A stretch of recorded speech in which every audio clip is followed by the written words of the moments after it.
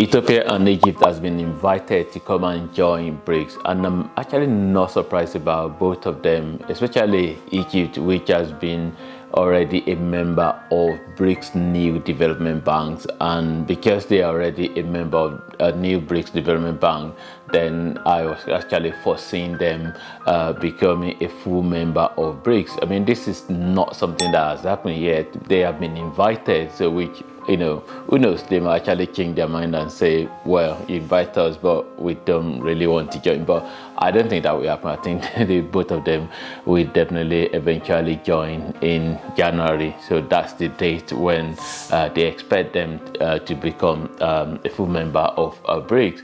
So Ethiopia is the one that, they are not part of the existing new BRICS development banks, but having said that, there has been a lot of things being said about Ethiopia not too long ago about the fact that they are definitely interested in joining BRICS. And both Ethiopia and Egypt, well, let's not forget the fact that it's not just Ethiopia and Egypt. There are other countries, Saudi Arabia, Iran, UAE as well, United Arab Emirates. They are also a member of new BRICS development banks as well. So alongside with Egypt. So the thing again is that it's more around the Middle East. So most of the countries that have been invited to join that will become the new member, they are concentrated around the Middle East. So talking about Iran, Saudi Arabia, UAE, even if you look critically at Egypt as well. So which Egypt as well is kind of like almost like Arab a nation, so even though located in Africa, but they associate a lot with the Arab nations. And then you have I'm talking about that region as well. Even Ethiopia, in the kind of like a horn of Africa, is not far from the Middle East as well. And obviously there is Argentina as well. Even though BRICS might have some criteria that is known to themselves in terms of asking new member or inviting new members to join them, but there isn't anything official. They haven't really come out to say something significantly in terms of this is the official criteria.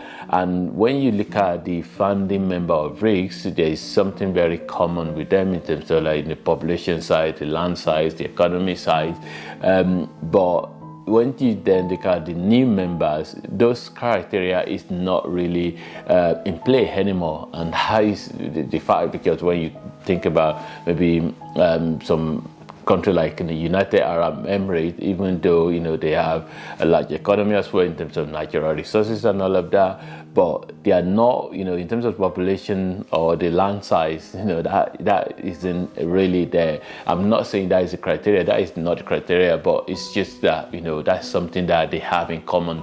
The BRICS, the founding members of BRICS.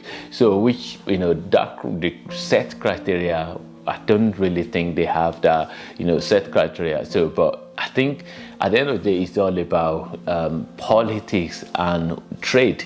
I think that is the major thing really when it comes to BRICS, because there's no hiding the fact that BRICS is almost like rivalry to G7. So this is all about world order, global order, and a lot of countries are not really happy the way the world order is. It's very important to mention as well that African countries, from their home point of view, really, so in terms of Egypt and Ethiopia, or let's say South Africa as well, or maybe any other African country that are interested in joining BRICS, is all about looking for more friends really. So they don't it's not about making enemies. It's not like castigating other groups like G7 or G20 and all of those. So it's all about just having new friends, almost like standing in the middle, be friends with that and then be friends with the other as well, not really making enemy.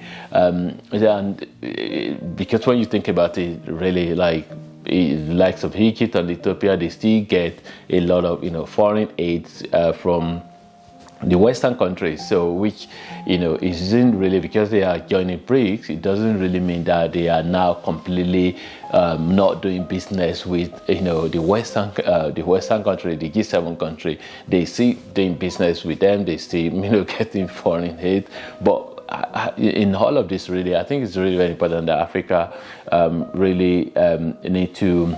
Africa really need to make progress as well in terms of like collaborating with one another. So because there's no point, joining, groups like BRICS and then Africa is united. So in all of this, I think it's really very important for Africa to think about their own monetary policy as well, to work together more in the areas of openness, for African countries to be able to, Africans to be able to visit other African countries easily for business, for trade, and also for tourism, and a lot of other ways that Africans need to really work together more. But joining BRICS definitely for Egypt and Ethiopia, if they decide to accept the invitation, then that is really it's really great. I think it's really good for for both countries. Ethiopia is one of the countries that is having very fast growing economy in Africa, and BRICS